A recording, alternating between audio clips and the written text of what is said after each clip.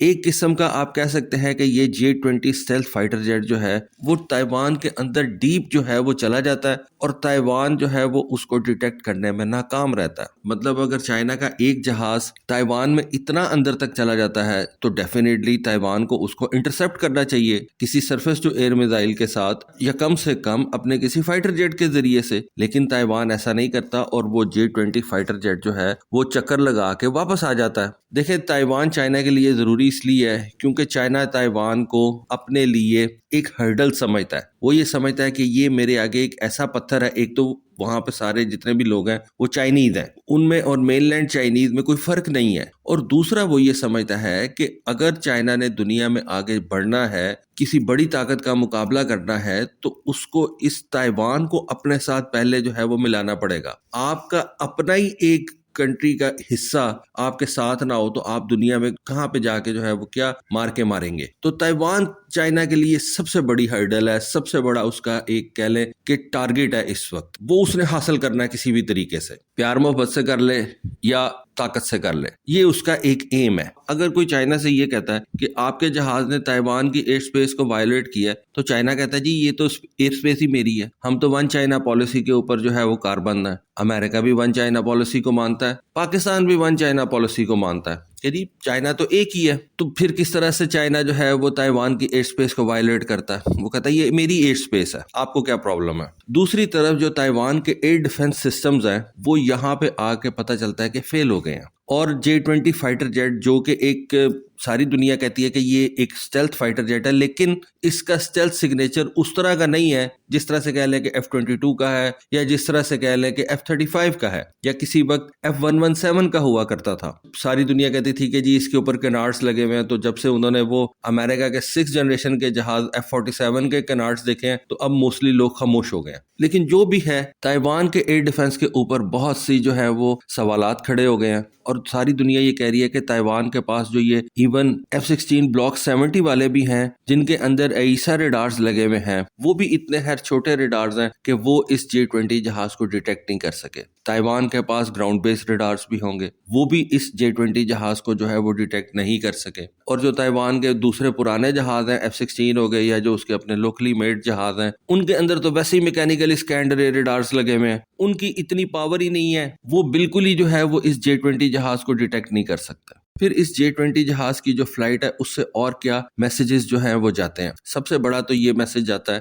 کہ چائنا نے اپنا شو آف فورس جو ہے وہ تائیوان کو کر دیا، اور اس نے اپنی اسٹیلتھ سپیریورٹی جو ہے وہ تائیوان کو اور امریکہ کو دکھا دیا، اپنی الیکٹرانک وارفیئر ڈومیننس جو ہے وہ اس نے امریکہ اور تائیوان کے آگے شو کر دیا۔ یعنی دیکھیں میرا ایک جہاز جاتا ہے، وہ اکیلا تو نہیں کیا ہوگا J-20 جہاز، ہو سکتا ہے اس کے ساتھ J-16 گیا ہو سکتا ہے اس کے ساتھ کوئی اور ڈیڈیکیٹڈ الیکٹرانک اٹیک جہاز جو ہے وہ چائنا نے بھیجا ہو، تو یہ چائنا نے اپنی الیکٹرانک ڈومیننس جو ہے وہ بھی شو کی ہے۔ پھر تائیوان کو یہ بھی بتایا کہ آپ کی جتنی بھی یہ انٹرسپشن کیپیبلٹیز ہیں وہ اس طرح کی نہیں ہے کہ میرے جہازوں کو وہ روک سکیں، اور اگر چائنا کی طرف سے کوئی فل فلیج اٹیک ہوتا ہے جس میں ایک J-20 جہاز نہیں جائے گا تو اس پورے اٹیک کو پہلے تائیوان ڈیٹیکٹ کرے گا تو اس کو روکے گا نا، یہ بھی انہوں نے اپنی ایک اسٹرینتھ جو ہے وہ شو کی ہے۔ اب یہ جو J-20 جہاز ہے، اب اگر آپ دیکھیں تو یہ فروری 2017 میں فلائی کیا تھا، آج سے تقریباً کہہ لیں کہ 8-9 سال پہلے، لیکن ان 8-9 سالوں کے اندر چائنا نے اس جہاز کو نہ صرف مزید ماڈرنائز کیا بلکہ اس کے اوپر نیا ایک انجن بھی لگایا جو کہ چائنا کی ایک کہہ لیں کہ کمزوری سمجھا جاتا تھا، اور آج چائنا کا جو J-20 جہاز ہے میرا خیال ہے اس کو ہم نے 2-3 میجر اپ گریڈ جو ہے وہ دیکھ لی ہیں۔ ایک تو ڈوئل سیٹ والا اپ گریڈ ہم نے دیکھا، پھر ایک اس کے میجر ڈیزائن اپ گریڈ کو ہم نے دیکھا، اور پھر ایک یہ جو اس کا انجن کا اپ گریڈ ہے یہ بھی بالکل آپ کہہ لیں کہ الگ سے اپ گریڈ ہے، اس کو ہم جو ہے وہ دیکھتے ہیں۔ تو میری نظر میں تو چائنا نے اس J-20 جہاز کے 3 میجر اپ گریڈ جو ہیں وہ پچھلے کچھ سالوں کے اندر کیے ہیں۔ نئے انجن سے آپ کو اس جہاز کی رینج میں اضافہ ہو جاتا ہے، اس کی تھرسٹ میں اضافہ ہو جاتا ہے، جب جہاز کے پاس آؤٹ پٹ زیادہ ہوگی، اپنا انجن ہوگا، ریلائبلٹی اس کی بڑھ جائے گی، تو آپ جو ہے وہ زیادہ بہتر طریقے سے اپنے جہاز سے کام لے سکتے ہیں۔ تائیوان بیچارے کا کیا ڈس ایڈوانٹیج ہے؟ تائیوان کے پاس کوئی 5th جنریشن کا جہاز نہیں ہے۔ تائیوان بڑی دیر سے امریکہ سے یہ F-35 جہاز مانگتا ہے، لیکن وہی مسئلہ آ جاتا ہے کہ تائیوان جو ہے وہ چائنا کا حصہ ہے، امریکہ کیسے F-35 جہاز جو ہے وہ چائنا کو دے دے؟ پھر امریکہ کو یہ بھی خطرہ کہ اگر میں نے F-35 جہاز تائیوان کو دے دیا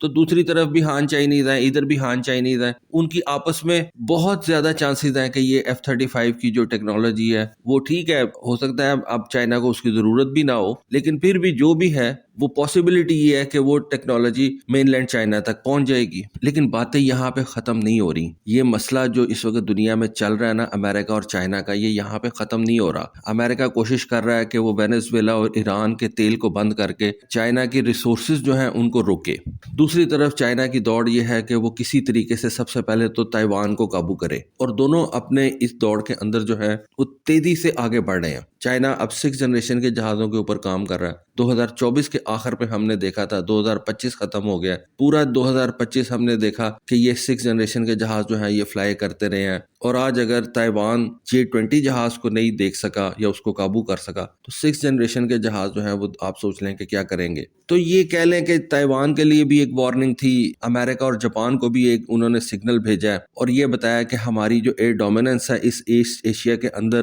اس کو آپ فی الوقت میچ نہیں کر سکتے، اور جو بیلنس آف پاور ہے خاص طور پہ ایریل وارفیئر میں وہ چائنا کی فیور میں شفٹ ہو رہا ہے۔ تو یہ میں نے آپ کو 2-3 سینیریو اکٹھے سمجھا دی ہیں۔ اگر آپ دوبارہ اس ویڈیو کو دیکھنا چاہیں تو آپ اس کو دوبارہ شروع سے جا کے دیکھیں، آپ کو کافی کچھ چیزیں جو ہیں وہ سمجھ میں آئیں گی۔ تو دوستو یہ تھی آج کی ویڈیو، ہوپفلی آپ کو آج کی ویڈیو، آج کی انفارمیشن اچھی لگی ہوگی۔ کامنٹ سیکشن میں اپنی رائے سے ضرور آگاہ کیجیے گا۔ آج کے لیے بس اتنا ہی، تھینک یو، اللہ حافظ۔